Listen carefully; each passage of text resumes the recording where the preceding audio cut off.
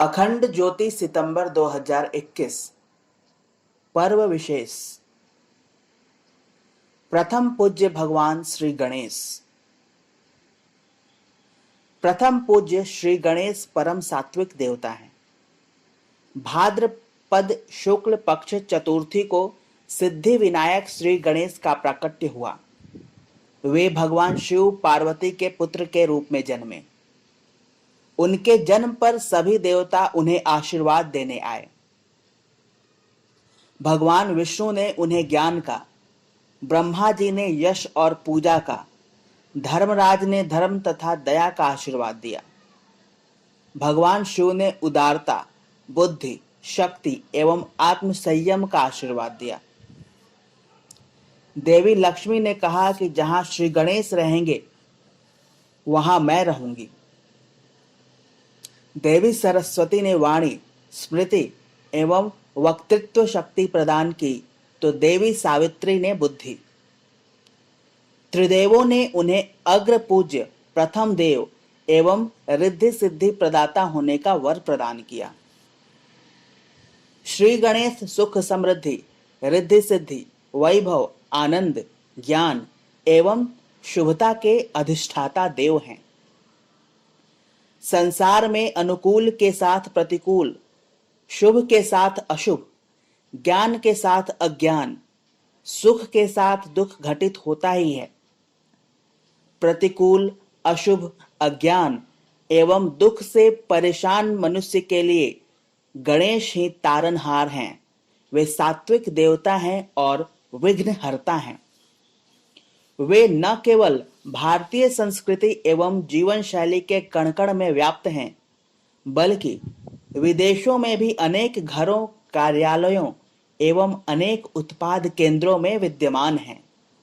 मनुष्य के दैनिक कार्यों में सफलता, सुख समृद्धि की कामना, बुद्धि एवं ज्ञान के विकास एवं किसी भी मंगल कार्य को निर्विघ्न संपन्न करने हेतु उन्हें ही सर्वप्रथम पूजा जाता है। प्रथम देव होने के साथ साथ उनका व्यक्तित्व बहुआयामी है व उनका चरित्र लोकनायक का है। उनका व्यक्तित्व एवं कृतित्व बहुआयामी एवं बहुरंगी है, अर्थात बुद्धिमता, चातुर्य, युद्ध नीति, आकर्षण, प्रेम भाव, गुरुत्व, सुख दुख में उपस्थिति जैसे अनेकों उनके गुण हैं। एक भक्त के लिए वे भगवान तो हैं ही, साथ में वे जीवन जीने की कला भी सिखाते हैं। उन्होंने अपने व्यक्तित्व की विविध विशेषताओं से भारतीय संस्कृति में लोकनायक का पद प्राप्त किया।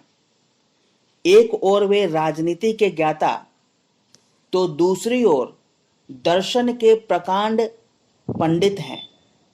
धार्मिक जगत में भी नेतृत्व करते हुए ज्ञान, कर्म, भक्ति का समन्वयवादी धर्म उन्होंने प्रवर्तित किया। वे भारतीय संस्कृति के अभिन्न अंग हैं। प्राचीन काल से हिंदू समाज कोई भी कार्य निर्विघ्न संपन्न करने के लिए उसका आरंभ उनकी पूजा से ही करता हुआ आ रहा है। भारतीय संस्कृति एक ईश्वर की विशाल कल्पना के साथ अनेकानेक देवी देवताओं की पूजा अर्चना से फलती फूलती रही है।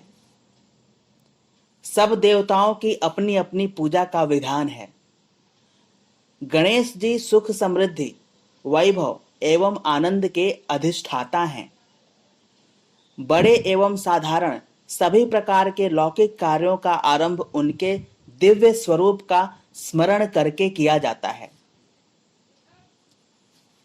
व्यापारी नए वर्ष में अपने बही खातों का आरंभ श्री गणेशाय नमः लिखकर करते हैं। प्रत्येक कार्य का शुभारंभ गणपति पूजन एवं गणेश वंदना से किया जाता है।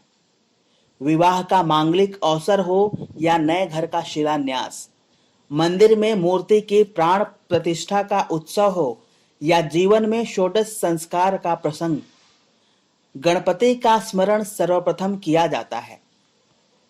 स्कंद पुराण के अनुसार जो भक्ति पूर्वक भगवान गणेश की पूजा अर्चना करता है उसके सम्मुख विघ्न कभी नहीं आते।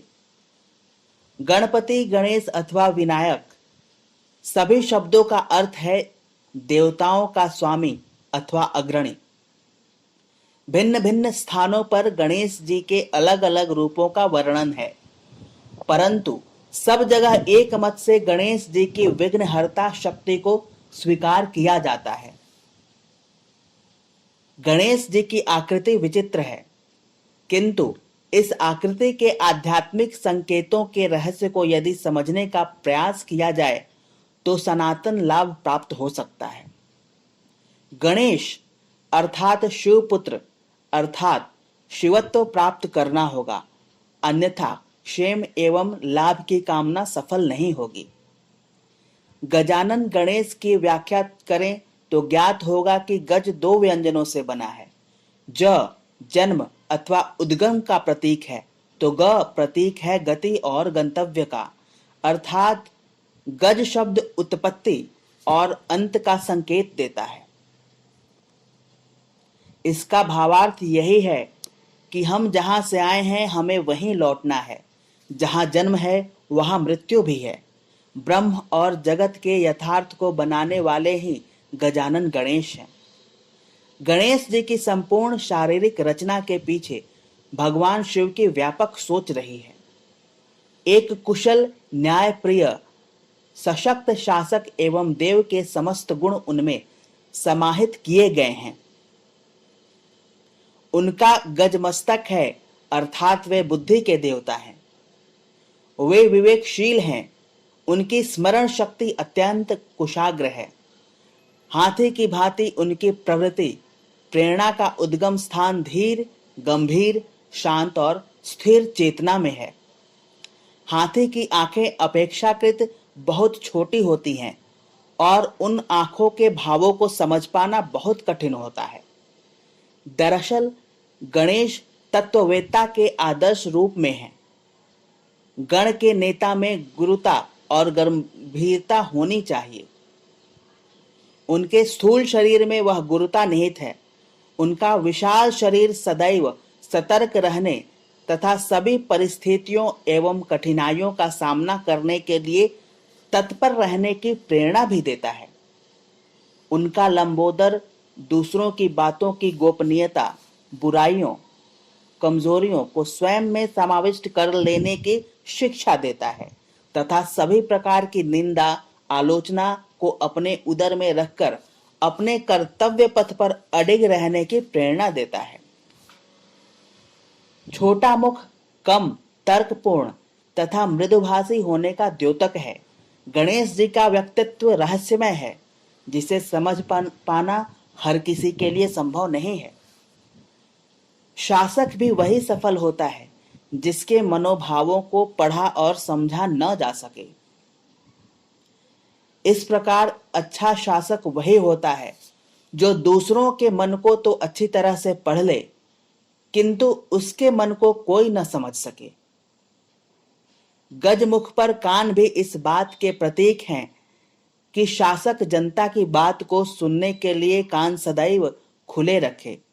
यदि शासक जनता की ओर से कान बंद कर लेगा तो वह कभी सफल नहीं हो सकेगा। गणेश जी को प्रथम लिपिकार माना जाता है। उन्होंने ही देवताओं की प्रार्थना पर महर्षि वेदव्यास द्वारा रचित महाभारत को लिपिबद्ध किया था। जैन एवं बौद्ध धर्मों में भी गणेश पूजा का विधान है। गणेश जी को हिंदू संस्कृति में आदि देव भी माना गया है। अनंत काल से अनेक नामों से गणेश दुख, भय, चिंता इत्यादि विघ्नों के हरणकर्ता के रूप में पूजित होकर मानवों का संताप हरते रहे हैं। वर्तमान काल में राष्ट्रीय स्वतंत्रता की रक्षा, राष्ट्रीय चेतना, भावनात्मक एकता और अखंडता की रक्षा के लिए गणेश जी की पूजा और गणेश चतुर्थी के पर्व को उत्साह पूर्वक मनाने का अपना विशेष महत्व है। जन जन के कल्याण, धर्म के सिद्धांतों को व्यावहारिक रूप प्रदान करने एवं सुख समृद्धि निर्विघ्न शासन व्यवस्था स्थापित करने के कारण मानव जाति सदा उनकी ऋणी रहेगी। आज के शासनकर्ताओं को गणेश जी के पद चिन्हों पर चलने की जरूरत है। अतः हमें अपने जीवन में शुभ, मंगल एवं लाभ की प्राप्ति के लिए प्रथम पूज्य भगवान श्री गणेश जी की अर्चना, अभ्यर्थना करनी चाहिए। समाप्त।